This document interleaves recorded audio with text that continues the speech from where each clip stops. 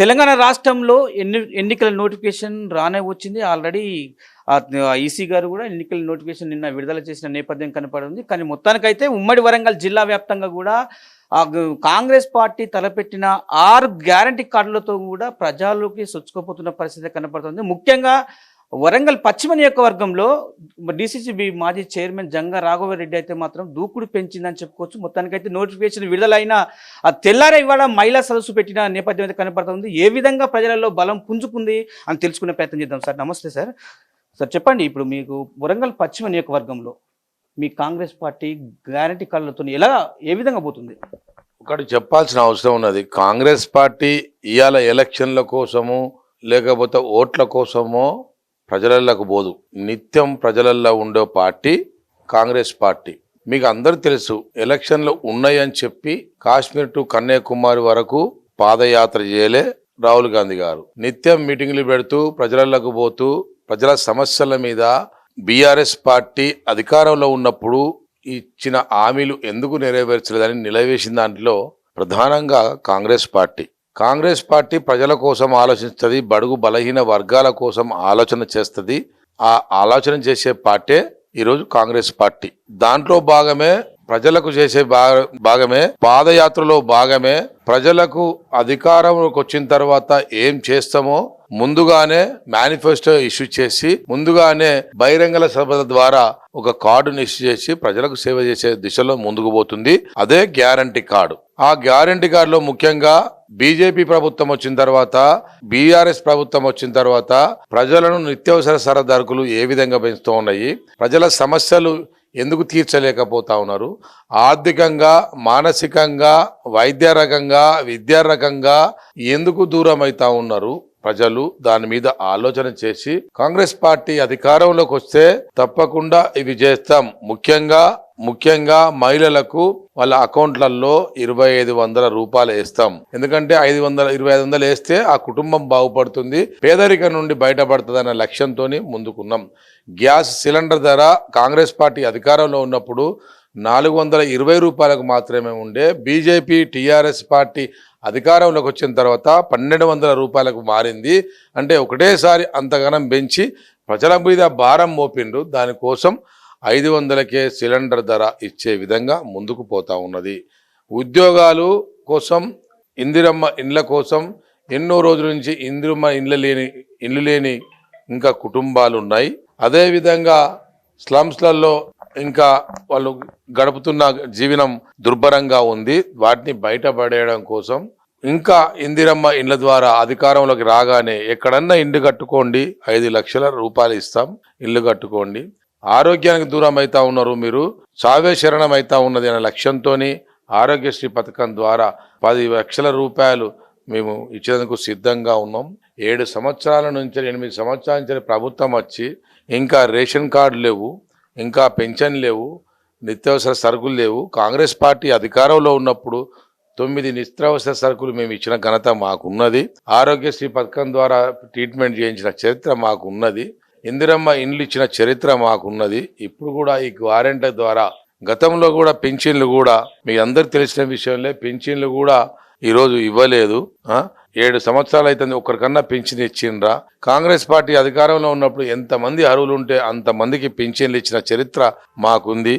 అదేవిధంగా రాజశేఖర రెడ్డి గారు పాదయాత్ర చేసి బ్రహ్మాండంగా ప్రజల కష్టాలు తెలుసుకొని రైతులకు సేవ చేసే దిశలో రైతులకు రుణమాఫీ చేసి, రైతులకు ఫర్టిలైజర్ మాఫీ చేసి, పండించిన పంట గిట్టుబాటు ధర ఇచ్చి, అతివృష్టితోని అనావృష్టితోని పంట నష్టపరిహారం ఇచ్చి రైతులు ఆదుకున్న చరిత్ర మాకున్నది.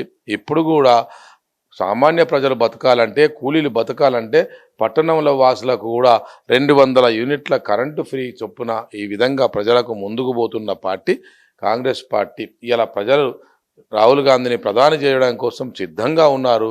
ఇలా రాష్ట్రంలో 5 రాష్ట్రాలు ఎన్నికల నోటిఫికేషన్ వచ్చాయి. 5 రాష్ట్రాలలో 5 రాష్ట్రాలు కాంగ్రెస్ పార్టీ అధికారంలోకి రావడానికి సిద్ధంగా ఉంది. రానున్న దేశంలో ఇప్పుడు కాంగ్రెస్ పార్టీ అధికారంలోకి వస్తుంది. ప్రజలకు, పేదలకు సంక్షేమ పథకాలను ప్రజలకు చేర్చే దిశలో కాంగ్రెస్ పార్టీ ముందుకు పోతుంది. రాహుల్ గాంధీ గారితో పాటు దాంతోపాటు మహిళలకు పెళ్లి చేస్తే, ఆడపిల్లల పెళ్లి చేస్తే ఖర్చు అవుతుందని చెప్పి 1,00,000 రూపాయలు ఈరోజు ఇచ్చి ఇంకో తులం బంగారం కూడా ఇచ్చే విధంగా ముందుకు పోతా ఉన్నది. ప్రియాంక గాంధీ గారి బస్సు యాత్ర ఉన్నది. దాంట్లో ఇంకా ప్రజలకు సంబంధించిన హామీలు ఇచ్చేందుకు సిద్ధంగా ఉన్నారు. ముఖ్యంగా బిఆర్ అంబేద్కర్ కోరుకున్నాగా విద్య కూడా ప్రజలకు అందుబాటులో ఉండే విధంగా మీకు ముందు తీసుకుపోతా ఉన్నది. టీఆర్ఎస్ పార్టీ అధికారంలోకి వచ్చిన తర్వాత విద్య ఎంత దూరమైందో మీ అందరికీ తెలిసిందే. ఇలా ప్రైవేటు యూనివర్సిటీలు కానీ, ప్రైవేట్ జూనియర్ కాలేజ్ కానీ, ప్రైవేట్ ఇంజనీరింగ్ కాలేజ్ కానీ, ప్రైవేట్ మెడికల్ కాలేజ్ కానీ ఏది ప్రైవేటే. అంటే డబ్బు ఉన్నోడు చదువుకోవాలి, డబ్బు లేనోడు చదువుకోవద్దు అనే దిశలో, అంటే కూలి బిడ్డ చదువుకోవద్దు, కూలి బిడ్డ కూలీ చేసే దిశలో బీఆర్ఎస్ పార్టీ బీజేపీ పార్టీ పోతుంది. ఇక హిందుత్వవాదంతో కులాల మధ్య మతాల మధ్య చిచ్చు పెడుతుంది. గ్రామాలలో ఏ కులస్తులైనా, ముస్లింలైనా, క్రిస్టియన్ మైనార్టీ అయినా అన్నదమ్ముల సంబంధం కలిగే ఈ సంస్కృతిలో ఇలా సెక్యులరిజం అంటే ఈ భారతదేశంలో ఒక హిందుత్వవాదంతో ముందుకు పోయి ప్రజలను విభజించి పాలిస్తున్న బీజేపీ పార్టీ, అదేవిధంగా ప్రజల సంపదంతా అదానికి అంబానికి కట్టబెట్టే దిశలో ఇలా ముందుకు పోతున్న బీజేపీ పార్టీకి బుద్ధి చెప్పే విధంగా కాంగ్రెస్ పార్టీ ముందుకు పోతుంది. తప్పకుండా ఈసారి అధికారం కాంగ్రెస్ పార్టీ వస్తుంది. హన్మకొండ వెస్ట్లో, వరంగల్ వెస్ట్లో కాంగ్రెస్ పార్టీ జంగా రాఘవరెడ్డికి టికెట్ ఇస్తుంది. ఈసారి నేను బ్రహ్మాండమైన మెజారిటీతో గెలుస్తాను. ఎందుకంటే వినయ్ భాస్కర్ ఇచ్చిన హామీలు ఏమీ లేవు. హామీలు ఇచ్చిన అన్ని ఒక్కటి కూడా చేయలేదు. మీ అందరు తెలిసిన విషయాలే. దళిత బంద్ ఏంది, హరిజన బంద్ ఏంది, గిరిజన బంద్ ఏంది, డబుల్ బెడ్రూమ్ ఏంది, నిరుద్యోగ పరిష్కారం ఏంది, విద్యా పరిష్కారం ఏంది. ఒకటి సార్, ఇప్పుడు అంటే మీరు వినయ్ భాస్కర్ మీద చేసిన వ్యాఖ్యలు కావచ్చు, లేక కాంగ్రెస్ పార్టీలో రాజేందర్ రెడ్డికును మీకు కుమ్ములాట కావచ్చు, మొత్తానికైతే ఇవాళ కూడా మాజీ చైర్మన్ మొత్తానికైతే యాదవ్ రెడ్డి ఖండించిన పరిస్థితి కనబడుతుంది. ఈ జంగా రాఘవరెడ్డి ఫస్ట్ తొలుత పాలకుర్తి, తర్వాత జనగం, తర్వాత పశ్చిమ వాళ్ళు చూసుకోవాలని చెప్పి కూడా వ్యాఖ్యలు చేయాలి, ప్రెస్ మీట్లో వ్యాఖ్యానించి. మరి వ్యాఖ్యలు ఎట్లా చూస్తారు మీరు? మేము మా పార్టీ సంగతి మేము చూసుకుంటాం. మా పార్టీలో తగాదా తగిలితే నువ్వెట్లా సీఏకి ఫోన్ చేస్తావు, నువ్వెక్క ఏసీబీకి ఫోన్ చేస్తావు, నువ్వెక్క సిపికి ఫోన్ చేసి ఎస్సీ ఎస్టీ యాక్ట్ పెట్టిస్తావు, నీకేం పని ఉన్నది? మరి మా పార్టీ ఆఫీసులో గొడవ అయితే, మా పార్టీ ఆఫీసులో యూత్ కాంగ్రెస్ మీటింగ్ పెట్టుకుంటే వాళ్ళు కొట్టుకుంటే నువ్వెందుకు ఇడిపిస్తావు, నువ్వెందుకు మా జోక్యం చేసుకుంటావో చెప్పాల్సిన అవసరం ఉన్నది. అంటే కాంగ్రెస్ వాళ్ళను కొంతమందిని వినయ్ భాస్కరే సాత్తున్న సంగతి తెలిసిందే. అంత చిత్తశుద్ధి వేరే పార్టీలో ఉన్నంత చిత్తశుద్ధి నీ పార్టీ మీద, నీ అభివృద్ధి మీద, నువ్వు ఇచ్చిన హామీల మీద చూడమని నేను అడుగుతా ఉన్నా. నువ్వు గతంలో డబుల్ బెడ్రూమ్లు ఇస్తానన్నావు, డబుల్ బెడ్రూమ్ల కట్టినవి కూడా నువ్వు పంచడం లేదు. అందరికీ దళిత బంధు ఇస్తున్నావు, ఎందుకు ఇవ్వలేదో చెప్పాల్సిన అవసరం ఉన్నది. నీకు అండర్ గ్రౌండ్ డ్రైనేజ్ అన్నాడు, మీ ముఖ్యమంత్రి వచ్చి నేను కూర్చొని కడతా అని చెప్పిండు, అండర్ గ్రౌండ్ డ్రైనేజ్ చేపిస్తా అన్నాడు. లేకపోతే డబుల్ బెడ్రూమ్లు కడతా, అవ్వతే ఎక్కడ పండాలి, బీటెక్ ఎక్కడ పండాలి, ఈసారి అందరికి ఇండ్లు కట్టిస్తా, నా కళ్ళు దాపింది, సార దాపిండి అని చెప్పినావు. ఇవాళ ఆ లిక్కర్ మీద ఉన్న చిత్తశుద్ధి నీకు ఇండ్ల మీద లేదు, అభివృద్ధి లేదు. ఇంకా 3 నెలలు ఉన్నది లిక్కర్ టెండర్లు, ఇప్పుడే టెండర్లు పిలుచుకొని సొమ్ము చేసుకుంటున్నావు. అంటే నీకు లిక్కర్ మీద ఉన్న చిత్తశుద్ధి ప్రజల మీద లేదు. ఇది వాళ్ళ పరిపాలన. కబ్జాల మీద ఉన్న పరిపాలన, నాలా కబ్జాల మీద ఉన్న పరిపాలన, లేకపోతే అపార్ట్మెంట్ కట్టుకుంటే వాళ్ళ దగ్గర ప్లాట్ తీసుకునే పరిపాలన, ఇది అంత దాని మీద ఉన్న చిత్తశుద్ధి ఇక్కడ వీలేదు. వినయ్ భాస్కర్ దోపిడి, వినయ్ భాస్కర్ తమ్ముడు దోపిడి, వినయ్ భాస్కర్ కొడుకు దోపిడి, ఇక వాళ్ళైనా చెప్పాల్సిన అవసరం ఉన్నది. రాష్ట్రంలో కేసీఆర్ బిడ్డ, కేసీఆర్ అల్లుడు దోసుకుంటే నియోజకవర్గంలో వీళ్ళు దోసుకుంటున్నారు. ఇంకా మీదికెళ్ళి దాని మీదకెళ్ళి ఇంకా వీడు దొంగ వాడు దొంగ అని చెప్పి ఒక దొంగే దొంగ దొంగ దొంగ అన్నట్టు అన్ని దోసుకుంటేనే ఇవాళ ఇట్లున్నాడు. మీకు ఉదాహరణ చెప్తా ఉన్నా. టెంట్ హౌస్లో ఉన్న వినయ్ భాస్కర్ ఇలా 1000 కోట్లకి ఎట్లా ఎదిగిండో చెప్పాలి. ఏ వ్యాపారం చేసినామని ఎదిగినావు?